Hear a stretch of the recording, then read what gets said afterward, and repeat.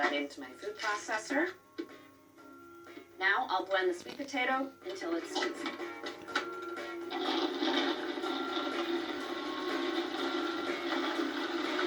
There we go. And now I'll measure out a cup. What I love about roasted sweet potato is it holds that brilliant orange color. I'll take this over to my pot to pump up the sweetness, a full cup of light brown sugar. And now I'll heat this on medium heat. I'll give it a whisk and let the sugar melt into the sweet potato. This is the base for the fudge. This only takes a minute or so, but that's just enough time to measure my almond butter. If I can pack some extra vitamins and minerals into a sweet treat, I'll do it. We've already got the power of sweet potato in here, so measuring out half a cup of almond butter is just going to add a great nutty flavor. All right, now that my sugar is dissolved, I'll turn off the heat and I'll add just a quarter cup of the almond butter, saving the rest for a little later. And really what this does is cools down this base for the fudge. And I'll put this into a bowl.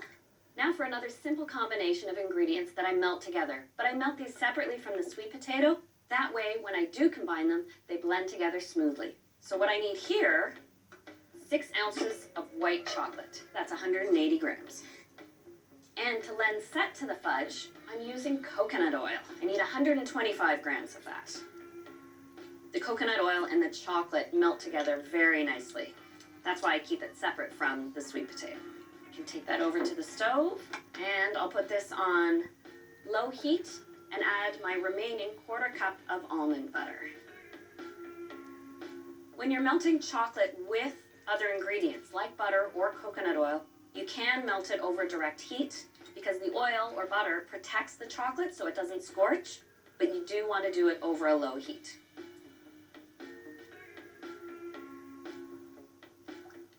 My mixture is very fluid and smooth. So I'll pour this into the sweet potato base and then give it a whisk to combine. Oh, and that sweet potato color still is coming through. Beautiful. Now it's time to sweeten it up just a little bit more with a cup of icing sugar.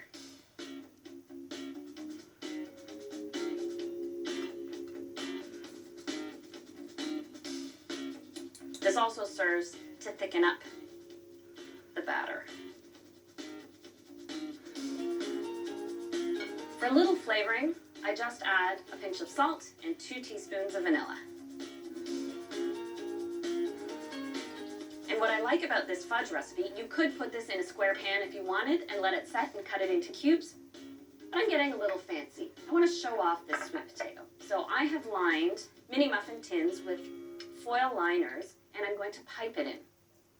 It's just the tidiest way to get the sweet potato fudge into the little cups.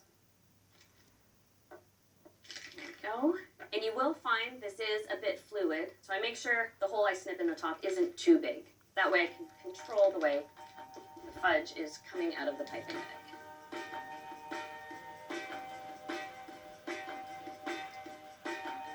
With this recipe, I get 36 portions.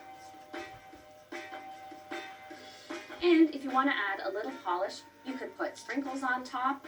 In this case, I'm using a bit of flaked coconut, just right on top. And I want a little variety, so I'll switch it up and also add a couple toffee bits.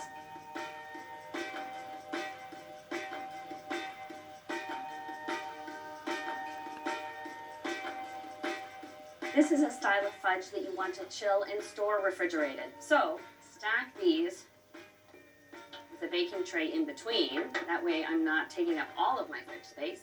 And you want to give them about 2 hours to set.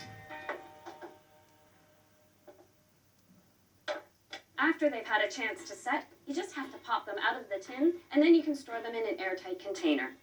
I just use a skewer, and you've got these tasty little fudgy cups. Just adorable. One for me. That combination of the white chocolate and the coconut oil means that it sets up just like fudge, the perfect little sweet bite, but yet the savory side is there. You know, this is a simple way to integrate some savory ingredients into the dessert world, But when you try my basil and lemon zeppoli, oh, well, that is a flavor explosion.